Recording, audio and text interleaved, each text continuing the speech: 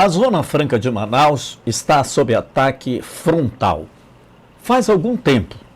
O ministro da Economia, Paulo Guedes, tem a visão distorcida de que a situação fiscal do país só será resolvida se o modelo for destruído. E ele, Paulo Guedes, parece ter mais força que o próprio presidente Jair Bolsonaro, autor da promessa de que o modelo seria intocável sob sua gestão.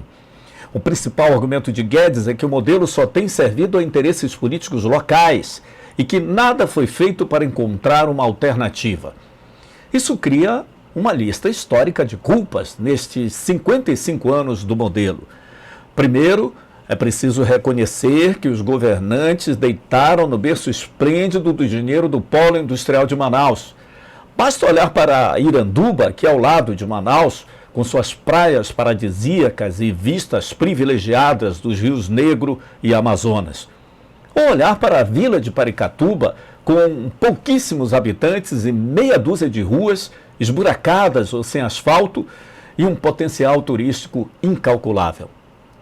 Houvesse um simples olhar administrativo e Paricatuba estaria para Manaus como Campos do Jordão para São Paulo ou Gramado para o Rio Grande do Sul.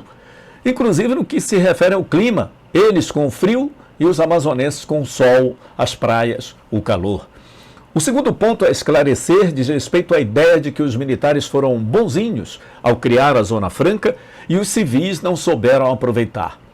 O próprio presidente da República, que é militar reformado, sabe que 5 dos 11 governadores do Amazonas, de 68 para cá, foram nomeados por presidentes militares.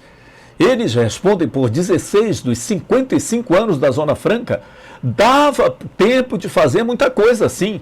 E passou do prazo de validade essa história de que é preciso criar alternativas à Zona Franca de Manaus. Quais alternativas, cara pálida?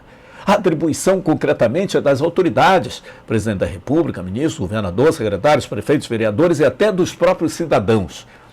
Qualquer um pode e deve apresentar sugestões. O que não vale é esse papo furado de alternativas à Zona Franca de Manaus sem nada de concreto.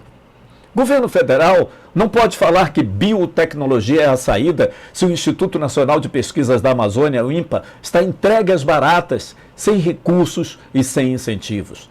Não dá para falar em extrativismo sustentável se o Ministério da Agricultura não tem incentivado nada dessa prática.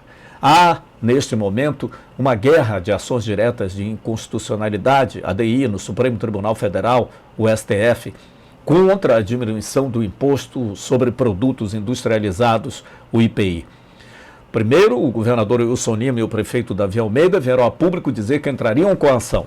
Depois, a bancada federal fez o mesmo, criticando o governador porque ainda não tinha protocolado a dita cuja. Agora, o governo estadual entrou com um pedido na frente da bancada. Preste atenção numa coisa. A palavra parlamentar vem do italiano parlare, que significa falar, dialogar.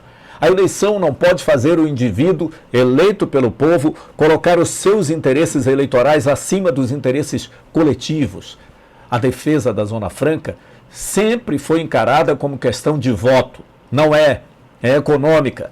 Tem a ver com desenvolvimento e interesses nacionais e até da humanidade. É patrimônio dos 400 mil trabalhadores diretos e indiretos do povo amazonense, da nação brasileira.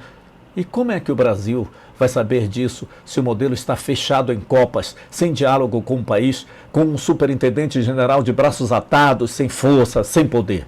Sempre haverá um presidente atrapalhado e um ministro maluco que ameaça a Zona Franca.